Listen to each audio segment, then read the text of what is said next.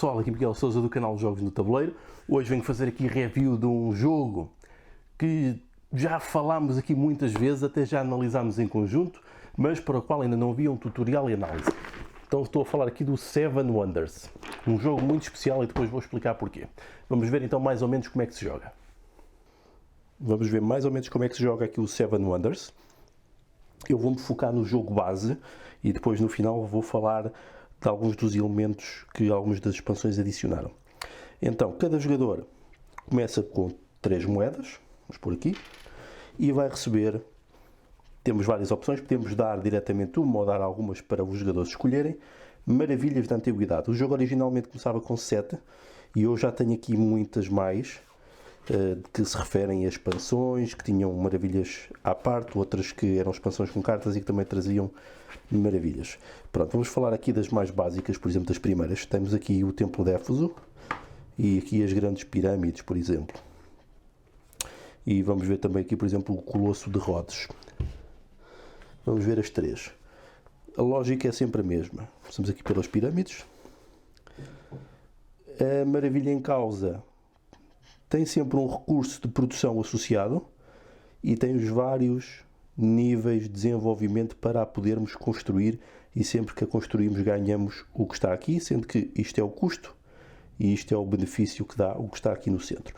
Todas têm um lado A e B, podem escolher como é que vão jogar, se jogam todos com A ou com B, é uma opção. Por exemplo, temos aqui já o Templo de Éfeso, que já tem outro tipo de matéria, de recurso que produz, neste caso já é um produto trabalhado. E aqui os números entre aqui os louros são pontos de vitória, tal como aparecia aqui na maravilha das pirâmides de Gizé. Neste caso, o templo de Éfeso já dá pontos de vitória e moedas. Este é o símbolo de moedas. Portanto, estamos a ver aqui outra coisa, enquanto que, por exemplo, aqui o Colosso de Rhodes dá também pontos de vitória, mas dá, por exemplo, aqui poder militar. E tem outro tipo de recurso que será o ouro, em princípio. E temos aqui, por exemplo, outra versão do Colosso de Rhodes, em que já só tem 2 níveis para se concluir a maravilha. E no caso das pirâmides, por exemplo, temos aqui um que tem 4. Portanto, isto varia de jogador de maravilha para maravilha. Vamos pôr então, por exemplo, aqui as pirâmides, aqui à volta, e vamos ver como é que joga o jogo. Então, o jogador tem a sua maravilha, tem as suas 3 moedas e cada jogador vai receber do nível 1, sendo que o jogo vai ter 3 rondas em 3 idades. Vai receber 7 cartas. Felizmente não me ficou aqui nenhuma carta da expansão, penso eu. E vai escolher uma delas para jogar. Nós costumamos organizar isto por cores, porque é isso que faz sentido. Por exemplo, as cartas castanhas são cartas de produção de recursos, como vem aqui em cima. Isto é o efeito que tem. Esta é de produção de recursos, mas já há recursos de produção industrial, depois de trabalhados. As vermelhas são as cartas militares, tem aqui o poder militar que adicionam. As azuis são edifícios, que dão pontos diretos no final do jogo, os tais louros com os números no centro, mais militar. E as amarelas são normalmente cartas de comércio, que permitem trocar ou ter uma série de benefícios. Então, na nossa vez de jogar, pegávamos numa carta destas, vemos aqui que as cartas na primeira fase rodam para a esquerda, e depois tivemos cada uma depois na segunda roda para a direita e depois para a esquerda novamente. Então íamos escolher uma carta, e o que é que podíamos fazer com ela? Podíamos fazer 3 coisas. Podíamos pegar na carta, pagar o seu custo, neste caso era uma moeda, gastava uma moeda, e como era castanha, ia colocar aqui debaixo da minha maravilha, e agora, no meu turno, eu a partir de agora ia ter produção de uma pedra com mais uma pedra ou uma madeira. No entanto, se eu podia não fazer isto, podia colocar uma destas, tinha outro tipo de produção, era papiros, ou uma das outras castanhas também, que ia dar tijolos e o ouro. No entanto, eu também poderia colocar esta, colocava simplesmente aqui, ficava minha, não tem custo, e no final dava diretamente 2 pontos de vitória. Podia colocar esta, que também não tem custo, e significa que quando eu fizesse trocas comerciais à minha esquerda, e a seta, destes recursos ia pagar menos 1, porque eu a qualquer momento posso dar 2 moedas a um jogador vizinho à minha esquerda ou à direita, para gastar um dos seus recursos, como se fosse meu, sendo que é virtual, não se gasta. E, por fim, as militares, neste caso, não havia nenhuma que eu pudesse pôr, porque das 3 que eu tenho disponíveis, vamos ver aqui os custos. Esta gastava ouro, esta precisava de ouro e esta de tijolos. Ou seja, eu não tinha recursos para colocar. Quanto muito, imaginem que o meu vizinho era aqui rodas, ele estava aqui à minha direita, eu, por exemplo, podia lhe dar 2 moedas para poder usar o ouro para colocar a carta. Todos os jogadores jogam a carta ao mesmo tempo e depois todos revelam ao mesmo tempo. E as cartas ficam em jogo. Se repararem, há aqui algumas cartas iguais. Os jogadores não podem ter cartas repetidas. E se repararem aqui embaixo tem também os números que devem ser retiradas ou colocadas em jogo consoante o número de jogadores. Portanto, esta era para 3 jogadores ou mais, 4 ou mais, 5 ou mais. Sendo que o jogo, obviamente, pode ser jogado até 7 e pode ser jogado até 8 com as expansões. Então, os jogadores podem jogar a carta, podem gastar uma carta da mão em vez de jogar e colocar aqui debaixo da sua maravilha, para simbolizar que fizeram o primeiro nível, pagando o respectivo custo de pedra. Por exemplo, eu não tinha pedra, mas imaginem que o meu vizinho, aqui, que tanto vale para a esquerda como para a direita, já tinha ali uma pedra, eu gastava a minha, pagava 2 para poder gastar a dele, e então já podia fazer isto. A outra coisa que podemos fazer é descartar a carta e tirar 3 moedas do banco para adicionar à nossa conta. Portanto, podemos fazer 3 coisas: jogar uma carta, descartar uma carta por dinheiro ou gastar uma carta para ativar um nível de maravilha. Portanto, nós vamos acumulando aqui cartas. Imaginemos que temos 7, vamos jogar 6 rondas e a última é descartada. Vamos imaginar que eu vou aqui acumulando as minhas cartas. Que isto, por exemplo, tinham sido as cartas, ou seja, eu vou tendo as cartas dos outros jogadores, elas vão passando, mas vamos imaginar que depois de passar as cartas por todos e das cartas que me vão chegando, eu no final ficava com uma coisa destas. Era possível, não podia ter repetidas, portanto esta teria de ser descartada. Tinha algo deste género. Tinha acabado a primeira era, ou seja, no final da primeira fase vamos ver como é que está o poderio militar. Vamos aqui simular, vamos então simular, imaginar que o meu turno tinha sido assim. Vamos ver como é que está a nível do poder militar. Aqui eu teria 2, o meu vizinho tinha 0 e o meu outro vizinho tinha 2 mais 1, 3, porque tinha a sua maravilha ativada que te dava mais 1. Portanto, o que é que ia acontecer?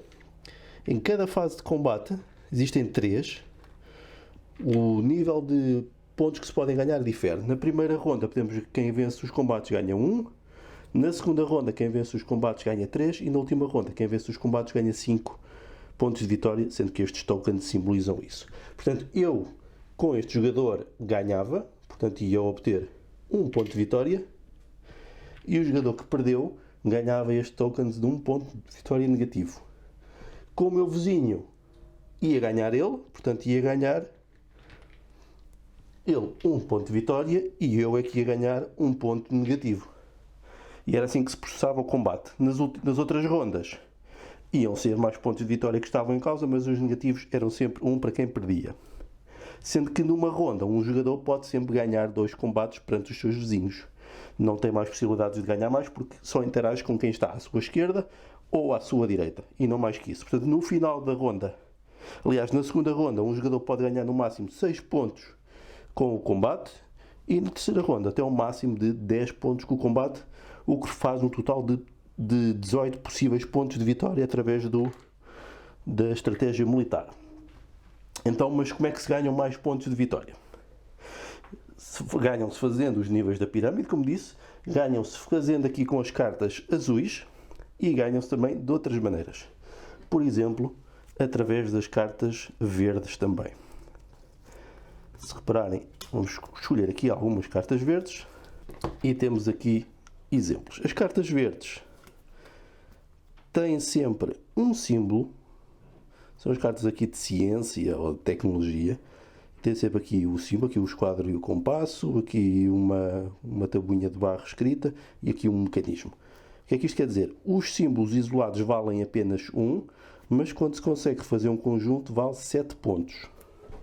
Ou seja, para além de tentarmos fazer estes conjuntos para dar 7 pontos, se conseguimos juntar quantidades iguais destes símbolos, que estão disponíveis, por exemplo, nas outras eras, vamos fazer aqui mais um exemplo, nós podemos ir acumulando vários. E, por exemplo, se acontecer isto, como é que seria a pontuação? Se acontecer isto, por exemplo, o jogador tem 3, simboliza que são 3 ao quadrado. Ou seja, cada um vai valer 3. Ou seja, 3, 6, 9 deste conjunto, um cada um, um cada um. Ou seja, 9, 10, 11, mais uma sequência. 3 diferentes, mais 7, ou seja, 18 pontos nestas 5 cartas. Mas podia ir acumulando mais e o sistema de pontuação era sempre o mesmo. Portanto, é uma estratégia viável também para fazer pontos de vitória. Outra coisa a ter em conta é que as cartas, se repararem, têm aqui também de lado umas indicações. E todas, quase todas têm isto. Isto simboliza que se tivermos estas construções que eventualmente tenhamos construído de uma ronda anterior, 1, 2 ou 3, depois depende da era em que jogamos isto, podemos colocar este edifício sem pagar o custo aqui acima associado. E isto acaba por ser muito relevante, especialmente aqui para a terceira fase, onde temos, por exemplo, edifícios com custos muito significativos.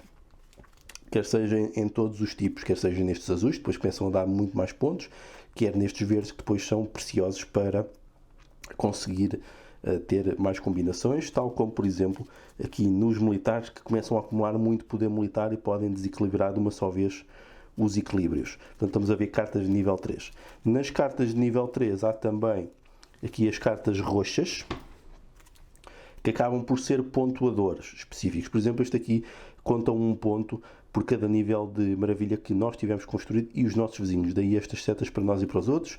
Este, por exemplo, dá um ponto por cada carta verde dos nossos vizinhos, um ponto por cada carta vermelha dos nossos vizinhos no final do jogo, para as castanhas, por aí fora, há muitos. E são cartas que se adicionam ao conjunto dos baralhos da terceira nível, consoante o número de jogadores em jogo. E esta é mais ou menos a forma básica como se joga o jogo. Fazemos 3 rondas, no final de cada ronda há sempre a análise do poder militar. Vamos depois no final fazer contagens somando todos os pontos, somando os pontos das combinações da ciência, dos edifícios de ciência. Contamos também os roxos com os seus multiplicadores e depois por cada 3 moedas também vamos ganhar um ponto de vitória. E basicamente é isto a versão básica do Seven Wonders. Depois há expansões. Temos, por exemplo, vamos ver aqui, as cartas pretas que são adicionadas. Com esta expansão, que é a expansão Cities, as cartas pretas normalmente têm efeitos que podem ser de ataque nos outros jogadores e passamos a poder jogar com 8 cartas na mão e passamos a poder jogar até 8 jogadores. Por exemplo, está aqui o exemplo, se este jogador jogar esta carta, ganha 3 moedas e todos os outros perdem uma moeda. Portanto, tem aqui algumas interações mais negativas e algumas que dão, por exemplo, mais poder militar numa ronda onde só há cartas de um poder, este já vinha com 2. Há coisas deste género. E interações como esta, que, por exemplo, o jogador que jogar isto ganha 6 moedas e os outros vizinhos também ganham uma moeda. Portanto, é uma expansão mais interativa. Existem expansões que têm mais maravilhas, como já referi. Vamos só passar aqui os olhos por algumas, só para terem uma noção. Esta claramente é uma das maravilhas. Depois alguns são assim hilariantes, como o Mannequin Piece, nas várias versões, não é? Outros com uns objetivos estranhos, já a pensar com outras expansões. Cartas que têm efeitos, que dão pontos de vitória. Cartas como o Coliseu pensada para os líderes, que é outra expansão que eu já vou falar. Cartas que, por exemplo, maravilhas que vão buscar cartas dos descartes, sem pagar os custos. Maravilhas que têm interações com outro tipo de expansão, que é a expansão que gera os acordes de paz, que também já vou falar. Portanto, existem aqui muitas. O que é que existe mais? Assim que vale a pena citar. Existe uma outra expansão que permite adicionar os acordes de paz. O jogador que jogar isto, portanto, coloca isto aqui e até ao final desta era, se ganha 1, 2 ou 3 nessa, sai de jogo na parte do combate e estes dois passam aos seus vizinhos e ele está fora. Existe a expansão dos líderes, tem este novo baralho, cada jogador recebe 4 e em cada fase vai poder jogar um deles. Normalmente eles dão pontuadores ou dão itens, ou dão pontos diretos, ou dão habilidades especiais, descontos. Portanto, existem, por exemplo, desconto nas cartas azuis, existem muitas coisas que custam dinheiro. Também recebemos mais dinheiro no início do jogo e existem estes todos para jogar. Existe também a expansão que traz a Torre de Babel, em que vamos colocando aqui peças que vão alterando as regras de jogo e elas vão ficando cobertas. Por exemplo, aqui os marcadores de guerra passam a ter valores diferentes. Existe também, junto com o Babel, esta expansão que vem dar multiplicadores e regras que vão alterando para cada jogo. Existem aqui também muitas, como podem ver, imensas coisas que mudam muito o jogo. E ainda existe uma outra expansão que eu não tenho, que é a expansão que é a armada, que vem criar um oceano com uma armada em que os jogadores passam a estar mais próximos para conflitos militares. E de um modo muito simplificado é isto, o Seven Wonders. Pronto, é mais ou menos assim que se joga Seven Wonders. Foi assim um pouco confuso, porque fui juntando as cartas todas das expansões e falando delas por alto, mas no fundo o jogo é bastante simples. Acaba por ser um card drafting, ou seja, é um draft porquê? Porque estamos a escolher de cartas que nos chegam à mão, escolhemos uma, jogamos, passamos. Num jogo em que jogamos todos ao mesmo tempo. E isto permite, e é por isso que é possível, e permite jogar até 7 jogadores ou até 8 com expansão. Uma coisa que não é muito comum nos jogos de tabuleiro modernos, sem ser nos party games. Só os party games é que costumam ter este nível de, esta quantidade de jogadores tão elevada. Porque realmente aqui nós jogamos ao mesmo tempo num jogo que acaba por ser bastante rápido, pode ser jogado em menos de uma hora, embora fica um pouco mais longo à medida que vão adicionando as várias expansões, porque vão pondo complexidade, vão pondo mais cartas, mais rondas e mais coisas com que pensar e mais formas de interagir com os outros. É um jogo com uma curva de aprendizagem rápida, embora possam andar um pouco perdidos na primeira vez que jogam, porque tem toda aquela iconografia para decorar e para perceber, e a parte, por exemplo, de contar os pontos de ciência podem ser dos edifícios verdes. De ciência pode ser complicada, pode ser estranha. E o vosso próprio processo de planeamento dos recursos, porquê? Porque na primeira fase, na idade 1 é quando há mais recursos, cartas de recursos, na segunda já não há tantas e na terceira não há nenhumas. Portanto, vocês estão a construir uma espécie de motor de produção para depois terem opções para as cartas que importa para pontuar. Quer vocês sigam uma estratégia mais de combate, mais de ciência, mais de construção de edifícios que dão diretamente pontos, se apostarem mais na vossa maravilha, na construção da maravilha, ou se misturarem isto tudo e tentarem fazer a melhor pontuação possível. Portanto, tem todas estas possibilidades. Portanto, há aqui um processo de planeamento, sendo um jogo que, apesar da mecânica principal ser o card drafting, acaba por ser um jogo de gestão de recursos e de planeamento, com esta lógica muito básica que é muito comum em muitos jogos, em haver a carta e depois ter um custo e consoante se paga faz o seu efeito. Sendo que aqui é feito tudo ao mesmo tempo. Num jogo que é bastante rápido e que pode ser jogado praticamente em qualquer lado, de um modo simples e com jogadores novatos. Por falar em jogadores novatos, este jogo tem uma história. Provavelmente foi um dos primeiros jogos que eu joguei. Eu lembro-me que na primeira vez que fui à Leiria Con, fomos só ver, fui eu e o Edgar na altura, fomos só ver, acabámos por não jogar nada, penso eu, e no segundo ano quando voltámos, portanto estou a ver aqui o intervalo de tempo, penso que este foi o primeiro jogo que nos deram para experimentar e que experimentámos com alguém que provavelmente são hoje dos board gamers de Lisboa e que eu não me lembro de facto quem foi, e foi um jogo que pelo menos a mim me maravilhou, porque na altura eu só conhecia o Catan e pouco mais, e mais um jogo ou outro que tinha, por exemplo penso que era o Warcraft, também jogo de tabuleiro. Portanto, foi uma maravilha ver tudo isto, especialmente para mim, que joguei muito Magic the Gathering, em que um dos formatos que eu mais apreciava era o Booster Draft, em que tinha esta mecânica de escolher cartas que vinham num booster, nós escolhíamos, passávamos e com isso construíamos o baralho para ir jogar numa série de rondas de torneios. E fiquei maravilhado quando conheci isto já foi há uns anos, já há muito tempo, já não me lembro bem há quantos anos foi, provavelmente há mais de 10, talvez, não, se calhar o jogo não tem 10 anos ainda, mas deve ter sido perto disso, deve ter sido por essa altura. Portanto, o jogo tinha acabado de sair, era uma coisa muito recente quando o experimentei. E depois, este jogo tem também uma história muito particular para mim, porque foi este jogo que me levou a entrar no hobby, porque ia eu a passear por uma das ruas de Paris, porque eu costumo ir regularmente a Paris ao longo do ano, embora já tenha ido mais vezes, mas costumo ir e por acaso ia a passar em frente à Sorbonne, para quem conhece a Sorbonne fica ali perto do Quartier Latin, e mesmo na esquina dou por mim, olho para o lado e vejo um Seven Wonders. Eu que estranho. Onde é que eu estava? Estava na Jeu Descartes. E a Jeu Descartes é uma das lojas mais antigas de Paris dedicada a jogos, e provavelmente até de França, e se calhar até da Europa, não sei. Mas pelo menos de Paris é de certeza, se não a mais antiga. Uma loja onde eu depois entrei e fiquei maravilhado, porque tem o primeiro piso que tem alguns jogos, já para si era impressionante, especialmente para mim, que não conhecia muito bem este hobby, nem o que é que existia, mas depois quando descemos para a cave, é uma sensação esmagadora, com tanto jogo, a decorar todas as paredes, uma coisa impressionante, e que até está disponível num percurso que eu fiz depois para a cidade de Paris, se quiserem ver as lojas que ficam todas mais ou menos naquela zona, embora existam muitas mais, mas pelo menos com percurso rápido conseguem conhecer várias lojas. Portanto, este jogo para mim foi muito importante por vários motivos, e também porque foi um jogo que eu usei durante muito tempo, ainda numa altura em que não tínhamos filhos e era mais fácil fazer reuniões entre amigos e jantares e convívios.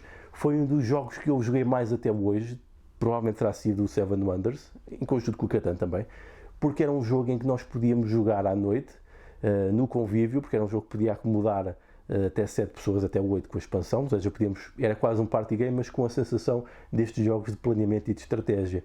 Portanto, foi um jogo que eu joguei muito, em muitos sábados à noite, em muitas sextas-feiras, em convívios em casa com amigos. Portanto, é um jogo muito especial, um jogo que eu tenho de recomendar, apesar de não o ter jogado muito ultimamente. É um jogo que eu jamais me vou desfazer e que eu penso que é muito interessante para continuar a guardar e para continuar a jogar, e continua a ser um card drafting muito interessante, que tem um elemento de construção de tabuleiro, tornando-se um verdadeiro jogo de tabuleiro, porque construímos o nosso império deste modo metafórico, através das cartas, e de uma maravilha, e depois com todos os componentes que agora vêm com o jogo também. Portanto, fica aqui a minha recomendação, Seven Wonders, grande jogo, apesar de já ter uns aninhos, e de muitos jogos terem tentado replicar e imitá-lo, ele continua a ser um destaque e um jogo que todas as casas deviam ter. Talvez fique aqui uma recomendação para um próximo top. Adeus!